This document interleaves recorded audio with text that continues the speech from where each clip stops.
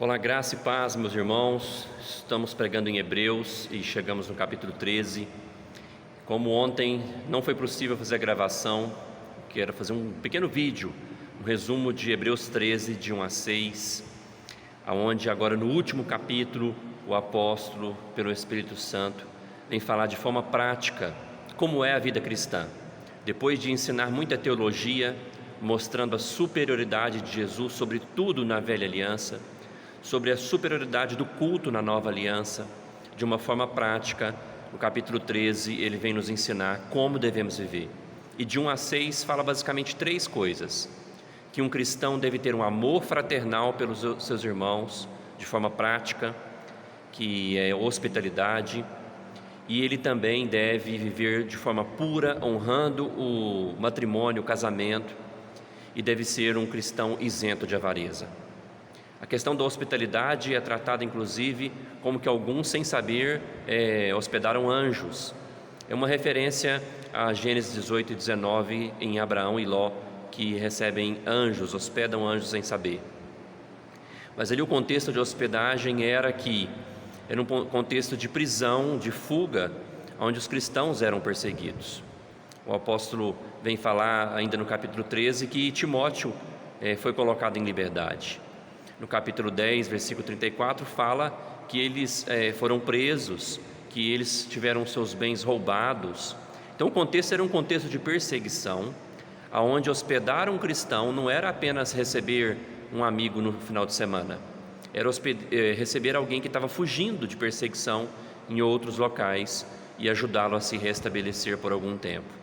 Também quando fala lembrar-se dos presos, em Hebreus 13, 3, era se comprometer com os presos, era visitar, era levar comida para os presos.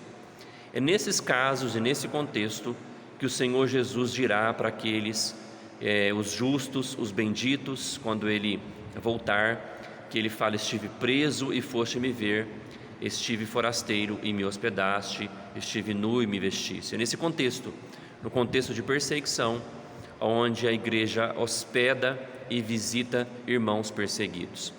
O problema é que, ao fazer isso, esses hospedeiros, eles se comprometiam.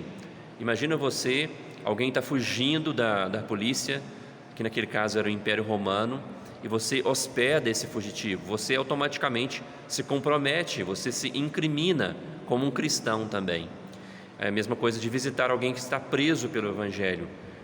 Ajudando aquela pessoa, você se compromete, se incrimina como um cristão também, mostrando que a verdadeira teologia, quando entra no nosso coração, ela vai levar a gente a ter um compromisso com o Evangelho, um compromisso com a causa, um compromisso com os irmãos, um compromisso com a igreja.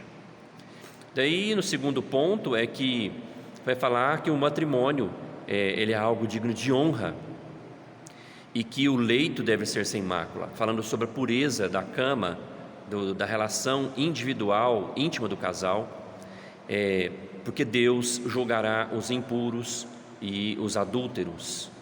Deus, esse Deus que é colocado no capítulo 12 como fogo consumidor, aqui mostra que Deus trata com muita seriedade pecados sexuais, e onde o leito do casal deve ser sem mácula, deve ser santo. Lembrando que o leito, a relação íntima, é somente para casados. Deus fala que Ele também julgará os impuros, que seriam aqueles que têm relações íntimas, sexuais fora do casamento, antes do casamento. Por fim, o apóstolo vem falar para a gente levar uma vida isenta de avareza, uma vida onde se busca confiança e segurança no dinheiro. Pelo contrário, no versículo 5 e 6 de Hebreus 13, o apóstolo fala para a gente confiar em Deus. Então o dinheiro como a fonte de avareza, esse pecado é confiar no dinheiro, é querer acumular dinheiro, não se contentar com o que tem, buscando segurança nas suas finanças e não em Deus. Deus ainda promete que nunca abandonará o seu povo, que Ele sempre será auxílio do seu povo. Até no final do versículo 6, ele fala: o Senhor é o meu auxílio, não temerei, o que é que alguém pode me fazer? Então eles poderiam se envolver com os cristãos perseguidos, eles poderiam se contentar com o que têm, eles poderiam buscar a santidade do seu casamento e não temer ninguém, não temer os soldados romanos, o império, porque Deus está com eles, o Senhor dos exércitos estava com eles, então eles não precisavam temer ninguém. Assim somos nós.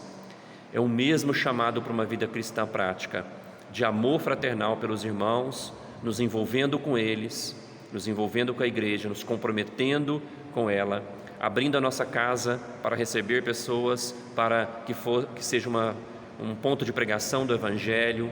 A hospitalidade é uma prática comum do cristão, uma vida onde nós honramos o nosso matrimônio, vivendo em santidade, valorizando o nosso casamento, porque Deus julgará os impuros e adúlteros, e que Deus nos livre do sentimento da avareza, que Ele nos leve a ter um contentamento nele e a confiança somente nele.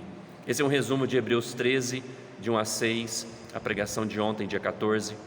Agora, no dia 21, nós vamos pregar Hebreus 13, de 7 até 17, e você está convidado para ouvir a palavra de Deus.